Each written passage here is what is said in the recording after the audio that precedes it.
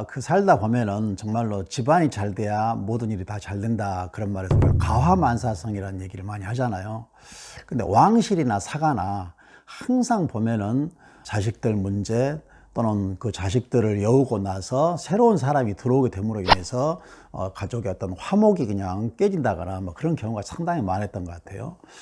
우리 민족의 스승 또는 그 성군으로 불리는 세종대왕의 경우도 자녀가 굉장히 많았어요. 18남 4녀, 곧 22남매를 뒀었는데, 뭐 가지 많은 나무에 바람 잘 날 없다, 그만큼 항상 그 자식들로 인해서 고통을 받고 이런 화려한 세종의 업적 뒤에 그런 아픔이 있었는데, 이 세종의 큰 아들이 이제 문종이거든요. 근데 문종이 좀 병약했죠. 그래서 상당히 뭐 2년 한 반 정도 이제 왕에 있다가 거의 이제 돌아가셨는데, 그 문종이 세자 시절에 맞은 여자, 희빈 김씨였죠. 이 희빈 김씨와 문종하고 사이에서 그렇게 금슬이 좋지가 않았어요.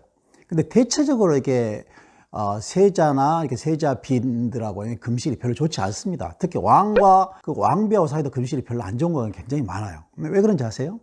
옛날부터 왕실에서는 대군이나 왕자들의 이 결혼을 할 때에 어떤 본인의 취향에 맞는 여인을 선택한 게 아니라 왕실 어른들에 의해서 선택이 되거든요. 그래서 어떻게 하면은 후사를 잘 이을까, 또는 후덕한 그 어떤 품성을 지녔을까, 이제 이것 때문에 어떤 여성적인 매력보다는 이제 그런 쪽에 포인트를 두다 보니까 나중에 그 왕이나 또 세자들의 사랑을 받지 못한 그런 경우가 많이 있었던 것이죠.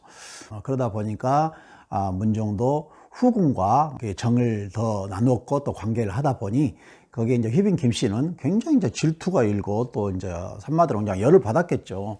그래서 이제 민간에서 그 도는 이야기가 그 남편이 사랑하는 여자의 신발을 훔쳐다가 그걸 불에 태워가지고 이제 갈아요. 그래서 갈아가지고 그것을 남편한테 먹이면은 그 남편이 나한테 돌아온다라는 압승술이라는 게 있어요.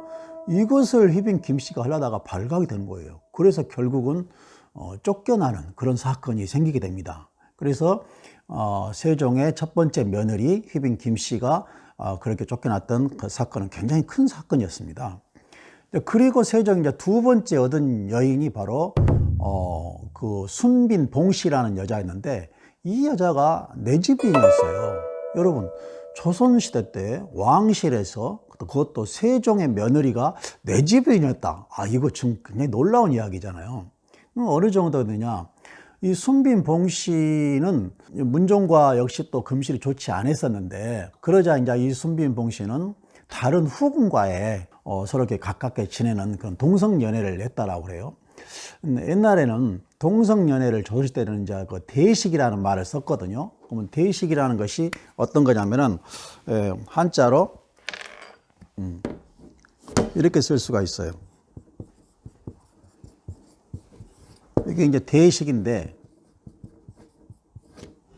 이 대식은 이 대자가 이제 상대한다. 그래서 이제 상대하고 밥을 먹은다, 그런 뜻이잖아요. 옛날에 궁녀들은 휴가라는 게 없었습니다. 그래서 휴가가 없었고 외롭기 때문에 그 궁녀를 만나야 된다 싶으면은 그 밖에서, 궁 밖에서 면회차 들어오게 해서 함께 밥을 먹거나 잠을 자거나 해주는 그러한 제도가 있었어요. 이것을 대식이라고 합니다. 그런데 이제 가족이나 또는 친지를 불러서 이렇게 함께 밥을 먹던 것이 나중에는 이제 외로운 상궁이나 또 방을 혼자 쓰는 이제 그러한 나인들이 대체적으로 밖에서 마음에 든 사람을 데려와 가지고 함께 잠을 자거나 또는 이렇게 연애를 하는 이제 그런 경우를 우리가 대식이라 했고, 이것이 다른 말로는 이제 동성연애, 요새 말로 하면 내집연이라 이렇게 하게 된 것이죠. 근데 이 순빈 봉씨가 소쌍이라는 여인이 있었거든요. 궁녀가 있었거든요. 근데 이 소쌍이라는 여인하고 같이 잠을 자고 또 사랑을 하고 끌어안고 이제 이런 행위를 했던 것이죠.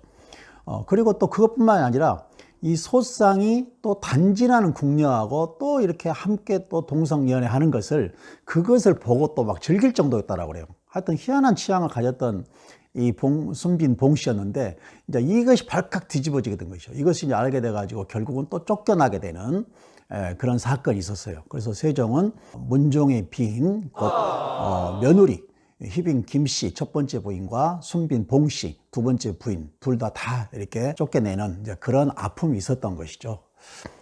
여러분 우리가 살다 보면은 정말로 가정이 편안할 날이 없는 날이 참 많죠. 그래서 우리가 이렇게 세종 같은 훌륭한 그런 성군의 화려한 뒷면에는 이렇게 가족의 아픈 일이 있었다. 이런 것도 한번 생각하면서 항상 온 가족이 또는 집안이 더 편안할 날만을 기대하면서 오늘 이런 얘기를 한번 꺼내봤습니다. 감사합니다.